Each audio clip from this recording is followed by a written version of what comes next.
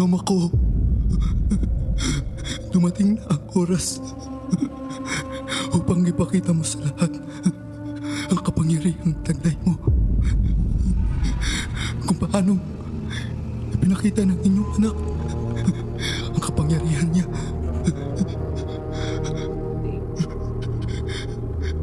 Kung sa ganito tatapos ang lahat, Ama, maaari ba paghandaan mo ang mga apostol upang sila ang magpatuloy ng lahat ng ating nasimulan, at sa huli sila ay makasama ko sa kalawalhatian. O Diyos ko, ano man ang nais mo, ay buong puso ko itong tatanggapin ng maluwag sa aking dibdib. Walang mga tanong nilalabas sa aking bibig bilang pagtugon sa iyong kagustuhan. Sa libong buhay ko man ang maging kapalit nito, hindi ako magkaalinlangan.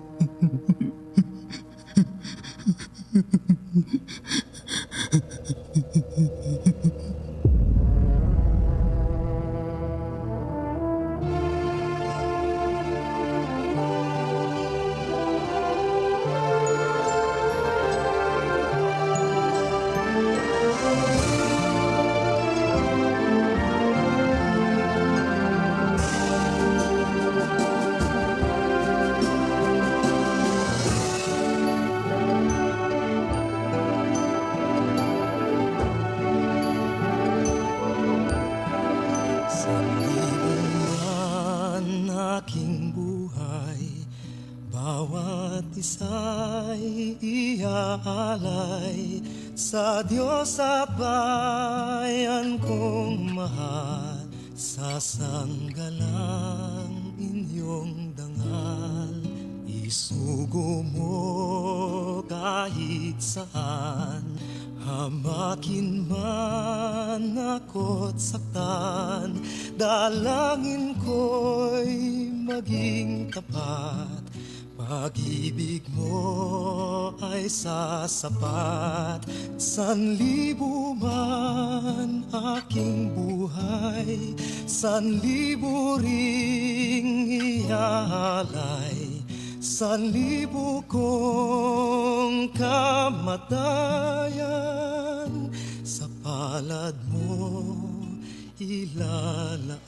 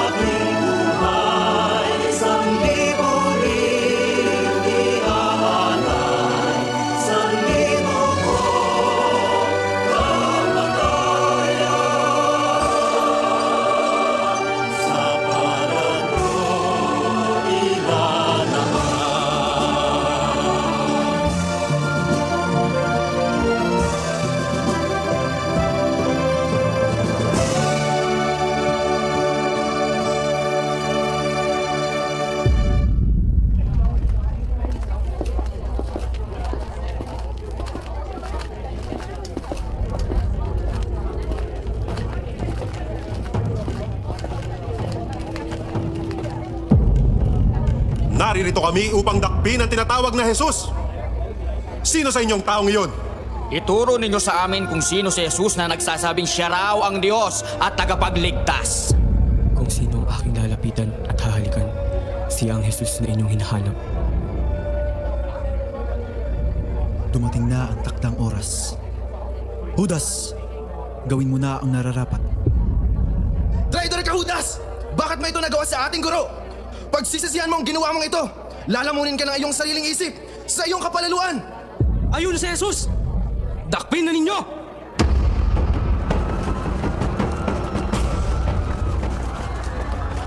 Hindi na kinakailangan pa na magkaroon ng sigalot sa harap ng aking mga alagad. Ano man ang inyong nais, ay hindi kami susuway. Kung ganon, siya na nga ang Jesus na ating kailangan. Dalhin na ninyo siya.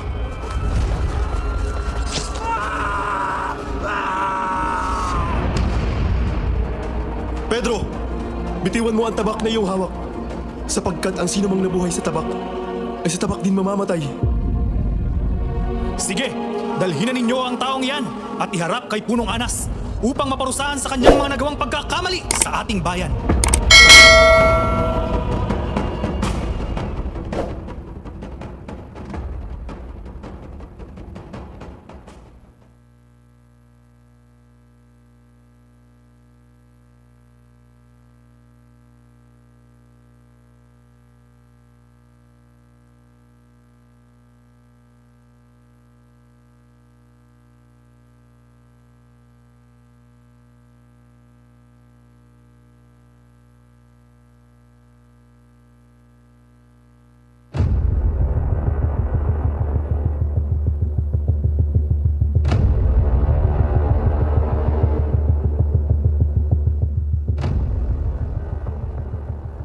Mahal na Punong Anas, narito at inihaharap namin sa inyo ang tinatawag nilang Jesus na nagkaroon ng paglabag sa batas na ipinalabas ni Cesar. Sino ang nagbigay sa taong ito na gawin ang mga bagay na yon? Gayong ito ay isang kalatas na dapat din sa bayang ito. Hindi mo ba nababatid na ang paggawa ng iba't ibang bagay sa araw ng Sabat ay isang malaking pagkakasala? Kung ang pagpapagaling ang iyong tinutukoy, hindi ba at wala itong hinihinging araw o pagkakataon? Mapangahas ang mga winwika mo, Ginoo. Batid mo ba na maaari yang maidagdag sa iyong pagkakasala upang lalo kang maparusahan? Mas may nakagigimbal pa sa kanyang pagpapahayag, mahal na Punong Anas. Sinabi niya nagigibain daw niya ang templo at sa loob lamang ng 3 araw, ito ay kanyang muling itatayo. Tila nasisiraan na ng bait ang Jesus na ito. Ginoo, hindi mo ba alam kung gaano katagal na itayo ang templong ito? At sino ka upang gibayin at muling itayo sa loob lamang 3 araw? Kung hindi man ito, marok ng iyong pangunawa. Ang aking tinuran ay ang siyang nahayag sa kasulatan sa aking ama. Paano mo napapasunod ng napakaraming tao, samantala ang lumalabas sa iyong bibig ay pawang haka-haka lamang? Hindi sa aking sariling pagkakaunawa nanggaling ang aking mga pinapahayag at ginagawa.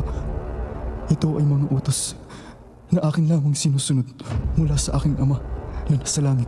Sa kanyang mga binitawang salita at gawi ay isang pagpapakita na malaking kalapastanganan. Marahil ay kailangan nating ipaalam ito kay Haring Herodes, mahal na Punong Anas. Sapagkat ang taong ito ay Hudyo, nararapat lamang na siya ay parusahan ng taong nakakasakop sa kanila. Kailangan din naabutin ng pistang Pampaskwa ang pagbibigay ng karampatang parusa sa taong iyan. Ako na ang bahala sa taong ito, mahal na Punong Anas. May itinalaga na akong mga tao upang maisakdal ang Jesus na iyan.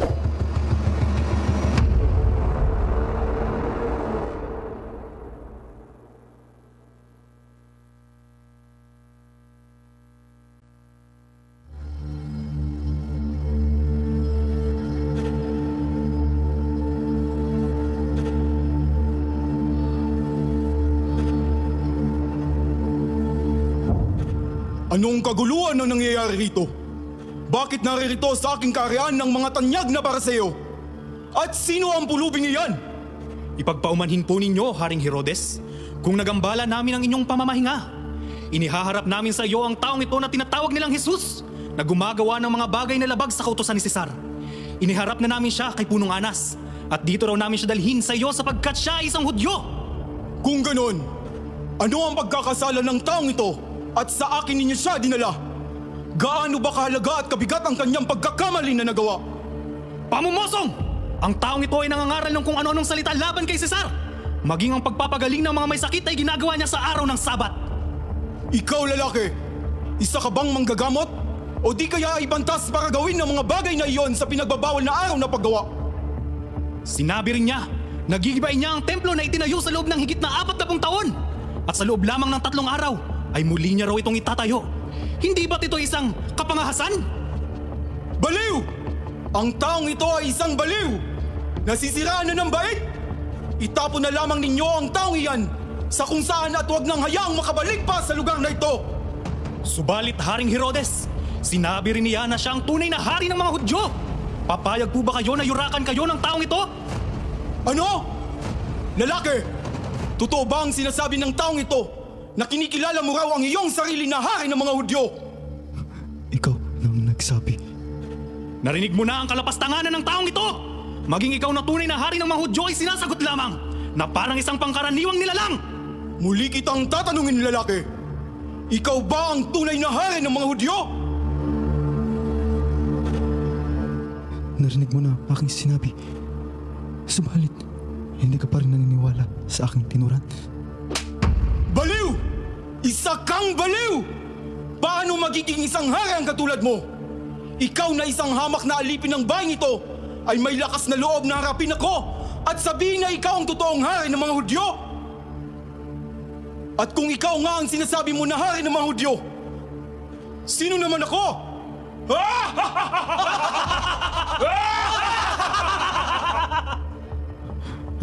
Ang lahat ng katagang namumutawi sa aking bibig ay isang pagpapatunay sa isang bagay na hindi mo kayang tanggapin.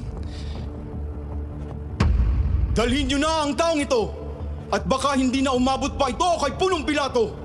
At dito pa lamang ay husgahan ko na agad ang taong ito ng kanyang kamatayan. Sabihin ninyo na ipinadala ko ang taong ito at siya na ang bahalang magbigay ng kaparusahan. Dalhin na ang taong iyan at iharap kay Punong Pilato! Masusunod, Punong Kaypas!